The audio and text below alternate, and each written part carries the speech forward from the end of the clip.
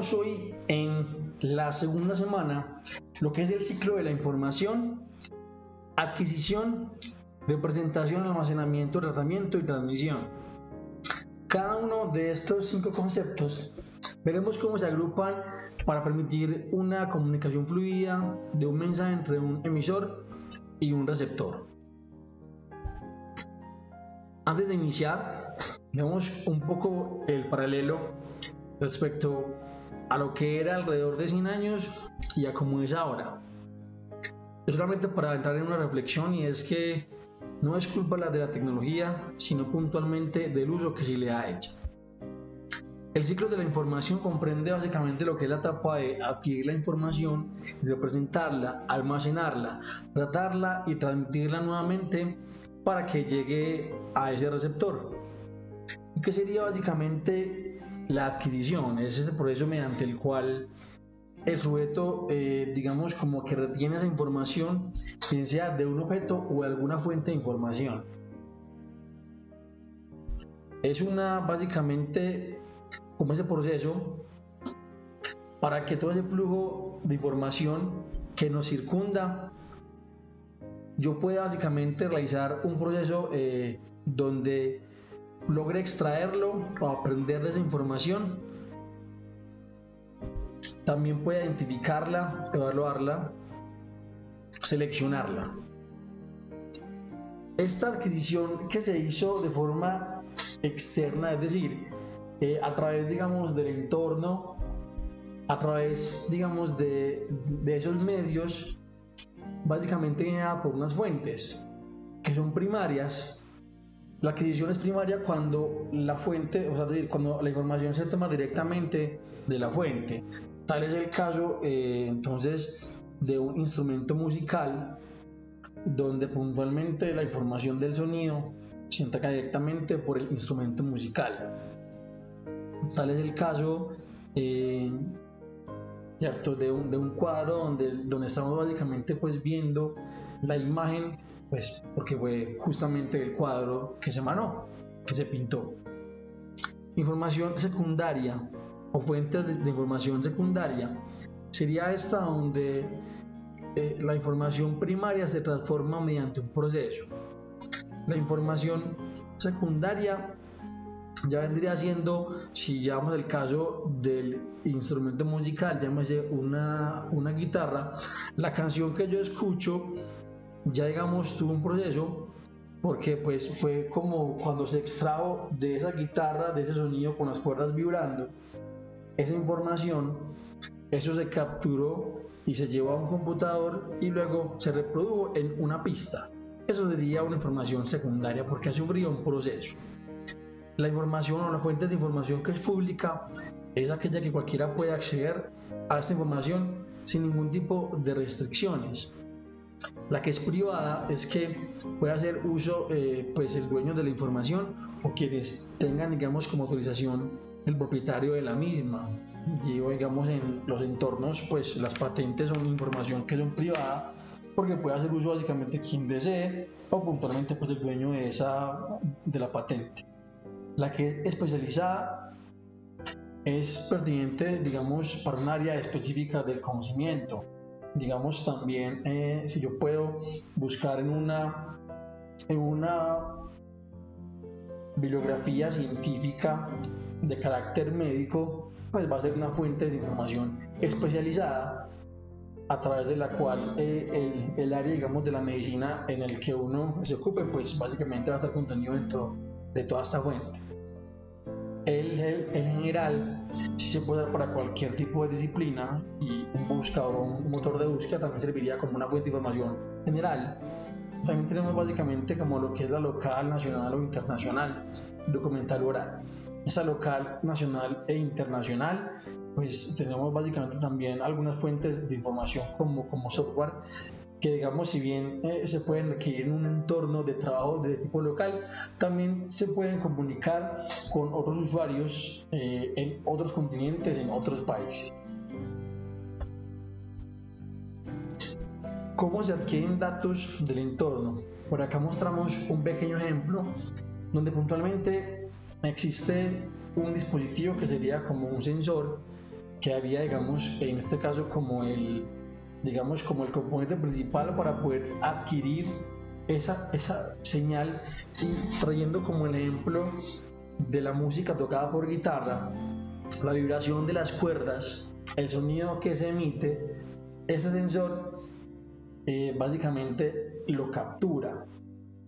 Él captura esto y transforma básicamente, ¿cierto?, esas ondas sonoras en unos impulsos eléctricos a través básicamente de un acondicionamiento de señales para convertir ese sonido que fue análogo, es decir, del mundo real, del mundo físico, para convertirlo en su análogo digital, y ahí como tal poderlo llevar a través de ceros y unos al computador, a un software donde puntualmente lo pueda interpretar en una pista y pueda básicamente medir su longitud de onda, pueda también visualizar básicamente sus rizos, pueda visualizar la cantidad de ruido que tiene, y así básicamente tenemos un proceso o un camino de adquisición de datos.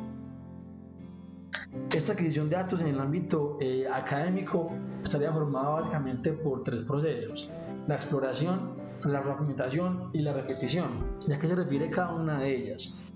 En el ámbito académico, cuando yo estoy adquiriendo un nuevo conocimiento, puntualmente exploro ese tipo de conocimiento, luego lo divido o lo fragmento en conocimientos que para mí sean mucho más plausibles de entender, y puntualmente, ¿cierto?, vuelvo y repito como tal, ¿cierto?, o sea, la acción de volver a explorar el conocimiento para entrar como tal a adquirir todo ese conocimiento.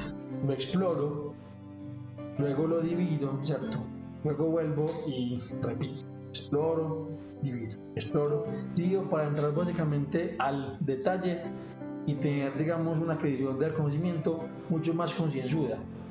Yo divido un conocimiento amplio en partes muy pequeñas donde, digamos, sea mucho más digerible para mí. Tenemos que en la segunda parte, sin irnos a detener muchísimo acá, porque entraremos a ver esto en otro tema que se llama codificación de la información, existe una forma de representarla, y puntualmente se hablan de los sistemas. Los sistemas básicamente nos permiten representar la información según el sistema que se tenga. Existen los sistemas de numeración binario, donde a través básicamente de dos caracteres, ceros y unos, que componen los bits, el computador puede interpretar cualquier tipo de señal, ¿sí?, o el ordenador. Sistema decimal, el comúnmente conocido, que se representa a través de 10 caracteres, números de 0 al 9, y el hexadecimal, que tiene esa representación en caracteres alrededor de unos 15 caracteres, donde tenemos del 0 al 9 y después posteriormente unas letras. Esta representación básicamente se encuentra muy ligada con el proceso que hace un ordenador para poder convertir esos bits de información, poderlos interpretar en la información real como tal que se obtuvo después de haberse adquirido, ¿cierto? Puntualmente, digamos, se representa, ¿sí?, pues para que obviamente podamos ya, digamos, tener básicamente como el equivalente en el que vamos a poder tener la información, para que luego, digamos, obviamente pueda ser tratada y pueda ser retransmitida nuevamente. Representación de la información, también se dice que en el código ASCII se usa para representar caracteres que son 256 en total, formados por 8 bits, y cada carácter tiene un valor entre 0 y 255. Es independiente del lenguaje del computador, y los primeros 128 corresponden al ASCII estándar y los otros al ASCII ampliado como tal. Repito nuevamente que esto lo veremos de forma mucho más extensa cuando vamos al tema de codificación de la información. Ahora pasemos para la parte del almacenamiento de la información, y es que puntualmente almacenar la información o almacenar datos es esa retención mediante el uso de una tecnología que esté especializada para poderlos guardar y mantenerlos de un acceso inmediato. Es decir, almacenarlos es retener la información mediante el uso de tecnologías que se encuentran especialmente, digamos, diseñadas para guardar estos datos y mantenerlos al acceso posible. Esos medios de almacenamiento en todo lo que es la informática es una parte fundamental de todo el sistema informático de una empresa, de una organización, porque proporcionan un lugar donde guardar todo tipo de archivos y datos, y que pueden ser guardados tanto por las aplicaciones como también por los usuarios. Dentro de los tipos de almacenamiento de la información podemos básicamente comprender como unos tres: almacenamiento en archivos, que es más económico y digamos como que toda su estructura es mucho más sencilla. Allí los datos se almacenan en archivos y en carpetas, y es lo que comúnmente nosotros hemos usado en el día a día a través del medio de almacenamiento que usamos en nuestros ordenadores y también en nuestros dispositivos móviles. Allí los archivos tienen el mismo aspecto tanto para el medio de almacenamiento como para el usuario. Tenemos un segundo que sería almacenamiento en bloque, donde allí los datos se almacenan en bloques de tamaño uniforme. Es mucho más caro, más complejo, menos escalable, pero es ideal para los datos de acceso y edición frecuentes. Y allí podemos destacar que ese tipo de almacenamiento es propio de los pendrive, de las memorias USB y de muchas memorias SD. Almacenamiento de objetos. Los datos se almacenan en forma de objetos con metadatos e identificadores únicos. Es más económico y ideal para almacenar datos que no necesitan ser editados como tal, ¿sí?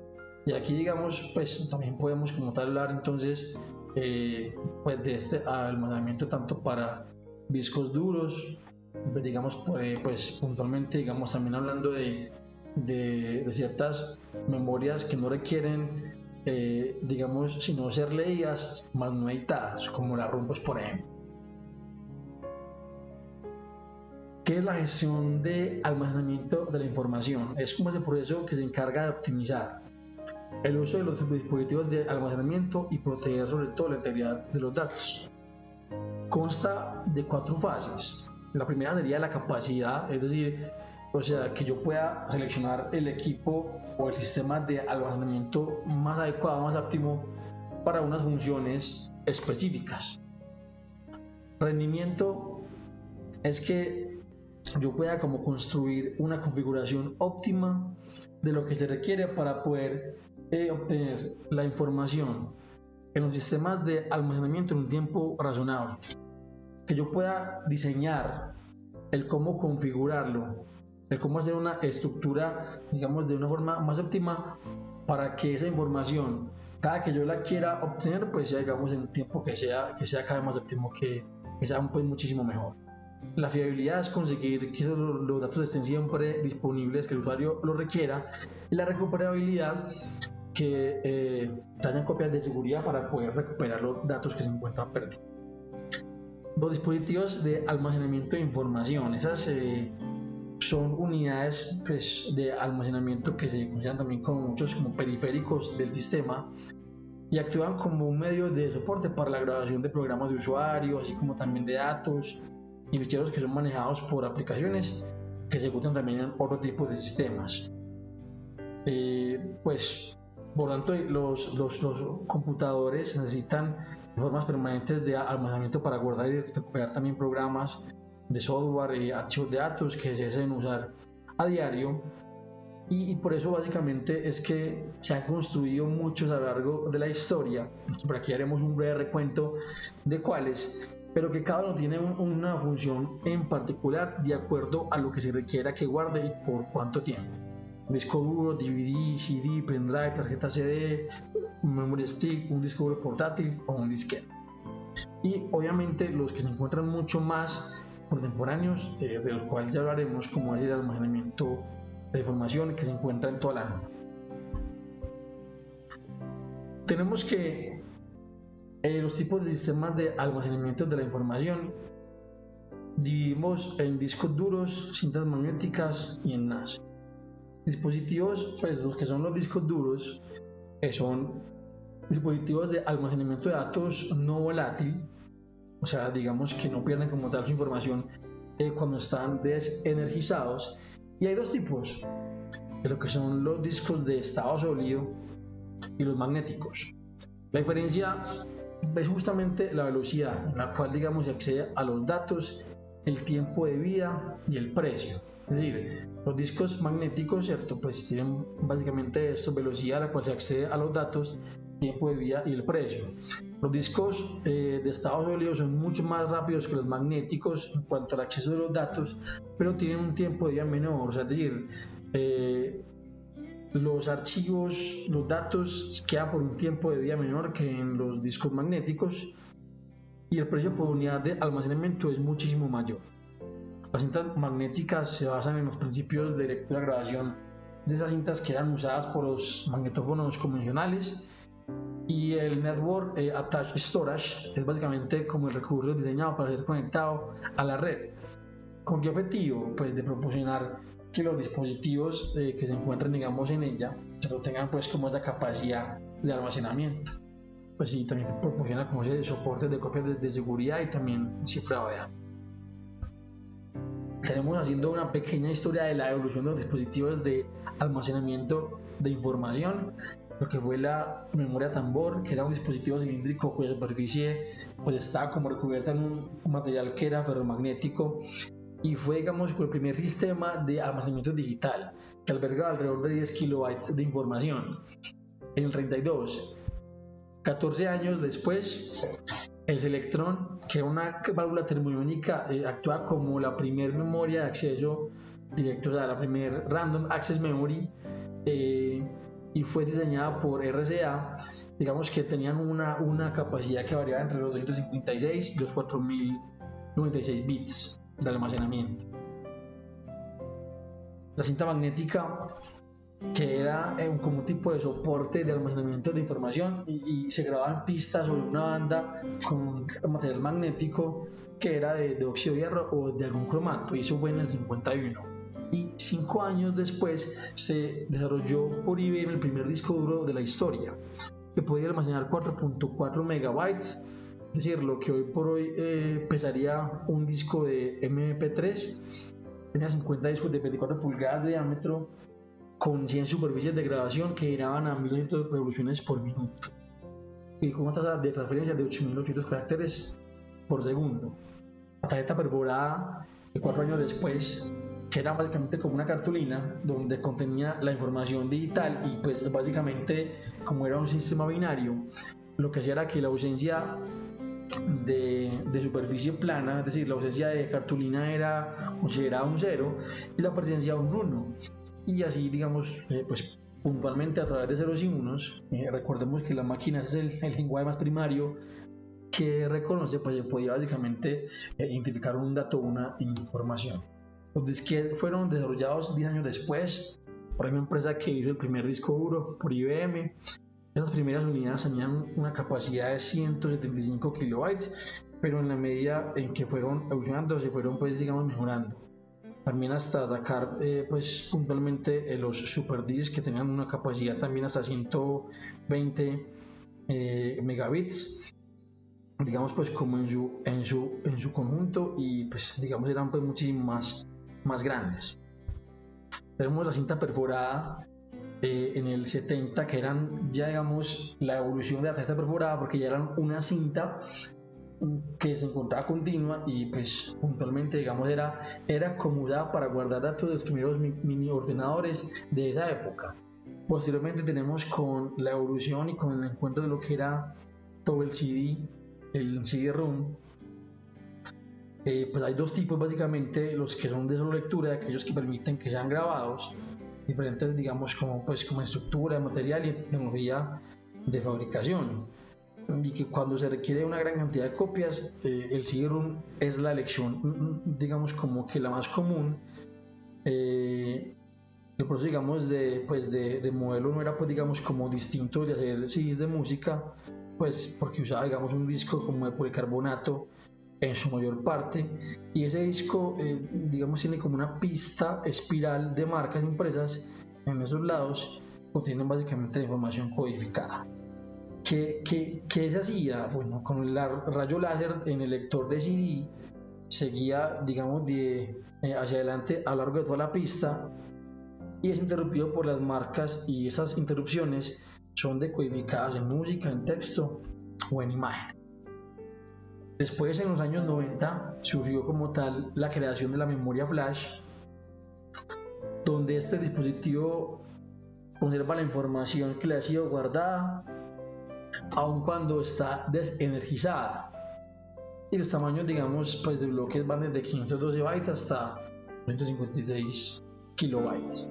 El DVD, que ya era un disco óptico de almacenamiento de datos, pues, y que hace referencia a las múltiples maneras donde se almacenan como tal los datos, también tenía una capacidad distinta según, digamos, el tipo, pues, digamos, de cada uno de los DVDs, y puntualmente llegamos hasta las memorias USB, que estos dispositivos que ya eran muchísimo más pequeños, que actúan prácticamente como lo hacía un disquete, pero con una capacidad muchísimo mayor de almacenamiento, que iban desde 64 megas hasta varios gigabytes, tenían una ventaja, y era básicamente que eran pequeños, pues su resistencia y su velocidad de transmisión eran muchísimo más rápidos que los disquetes, y también inventados por la empresa IBM. Actualmente se encuentran entonces lo que son básicamente las plataformas de almacenamiento en la nube, la cual también vamos a verlo más adelante cuando miremos puntualmente toda esta capacidad, pues, de almacenamiento, y allí pues vamos a ver entonces de las diferentes aplicaciones y compañías que permiten dar soportes para que las personas, sin importar los recursos que tengan en sus computadoras, puedan, bien sea de forma gratuita, como también lo tienen integrado algunos servidores de correo electrónico, algunas compañías, o bien sea, digamos, de forma paga, para poder ampliar esa capacidad de almacenamiento, dar del orden superior a los 5 gigas de almacenamiento de forma, pues, gratuita, para que las personas puedan básicamente guardar ahí toda su información, y para que no corran el riesgo de pérdida, pues, por daños, digamos, en los equipos físicos o en el medio de almacenamiento, porque ello va a quedar almacenado en los servidores que lo van a guardar. Después de eso tenemos el tratamiento de la información, y es justamente como todas estas operaciones donde, después de haber adquirido el dato representado, almacenado, yo voy justamente a tratar ya la información que almacené, ¿cierto? Leerla, escribirla, copiarla, traducirla, transmitirla, ordenarla, pues, clasificarla, compararla. Yo puedo básicamente hacer cada una de estas acciones a través de un proceso de tratar como tal toda esa información. ¿Cómo lo puedo hacer? A través de 3 métodos, que es el manual, el mecánico y el automático, que ya tema de estudio posteriormente, y que tenemos unos tipos como el batch, como en línea, como en tiempo real, paralelo y distribuido, también para poderlo hacer. Pero así, digamos, como muy por encima, hablando del método manual, pues sería aquí, digamos, donde la persona, digamos, trata la información sin ningún tipo de dispositivo ni de máquina. La mecánico es juntamente con el uso de alguna máquina, y el automático es a través de un proceso que está sistematizado. Puntualmente, y para concluir con lo que es el ciclo de la información, en lo que vimos de adquisición, de representación, de almacenamiento, tratamiento y la transmisión, pues tenemos que esta última es como ese proceso donde se transfiere la información desde un punto en lo que es la fuente de información hasta otro punto que se llama como el destino de la información, pero que en ese punto de inicio, digámoslo, fuente de información, donde se encuentra básicamente todo el emisor de la información, y en el destino de la información donde está puntualmente el receptor, digamos que hay un canal. ¿Qué pasa con este canal? Pues puntualmente esta fuente de información entrega un mensaje. Eso tiene, digamos, como que ese mensaje se empaqueta o se le da como cierta etiqueta puntualmente, y digamos como que se encapsula, y hay un traductor de entrada que coge ese mensaje y le pone como decir una etiqueta. Esto pasa por acá por el transmisor, ¿cierto? Que le pone como otra etiqueta para que pueda viajar por ese canal, donde pues puntualmente, digamos, también hay un ruido. La idea es obviamente que ese ruido se pueda como tal mermar, donde después básicamente viene la parte pues del receptor, y lo que hace es que, ¿cierto?, digamos, arranca a quitarle la etiqueta que le puso el canal, el reductor de canida, la etiqueta que le puso el transmisor y la etiqueta que le puso el reductor de entrada, para que al final esas etiquetas que se van poniendo como capitas cuando pasa por el reductor de entrada, transmisor, canal, pues finalmente digamos que la información se haya protegido, la información digamos esté muy bien codificada, para que al final la información no sufra pérdida. Y entonces por eso se llama básicamente una codificación, ¿cierto? Es como ponerle etiquetas, es como envolver el mensaje en otras capas para proteger la información, para que solamente a quien vaya destinado sea quien reciba la información, para que no sufra alteraciones la información y para que esté como tal muy segura. Y así pasamos básicamente desde quien la emite hasta quien la recibe. Podemos afirmar que ese proceso de transmisión de la información prevalece el carácter estático pues en los roles, ¿cierto? O sea, es decir, el emisor y el receptor se mantienen durante todo el proceso como tales, pero digamos en todo el proceso comunicativo prevalece el carácter recíproco de los roles. O sea, es decir, que si por acá digamos cuando pasó de quien emite el mensaje, como que le puso una capa para poder codificar todo ese mensaje, antes de quien recibe también digamos hay como para poder quitar esa misma capita, ¿cierto? Es decir, es recíproco. Lo que se hace desde el emisor hasta el canal es lo que digamos se revierte del canal hacia el receptor. Y tenemos que medios de transmisión de la información está como tal el par trenzado, que es básicamente, ¿cierto?, que pues tenemos puntualmente para las conexiones del Ethernet común en los routers, y también digamos pues hay muchas computadoras que todavía tienen básicamente pues como para poder básicamente insertar este cable de par trenzado y poder pues comunicar cable coaxial y fibra óptica. Con cada uno de ellos hay una velocidad mayor de transmisión y sobre todo pues una pérdida menor. Puntualmente en la fibra óptica recordemos que son haces de luz a través de los cuales viaja toda la información. En medios de transmisión no guiados, ¿cierto?, como son las microondas, GAO y una red también las ondas de radio. Eso sería como un poquitico para entrar en contexto del ciclo de la información, de lo que se requiere para poder pasar desde cuando yo adquiero esa información, la represento, la almaceno, la trato y la transmito. Veremos posteriormente en una próxima sesión, le haremos un zoom mucho más al tratamiento y a la transmisión de la información.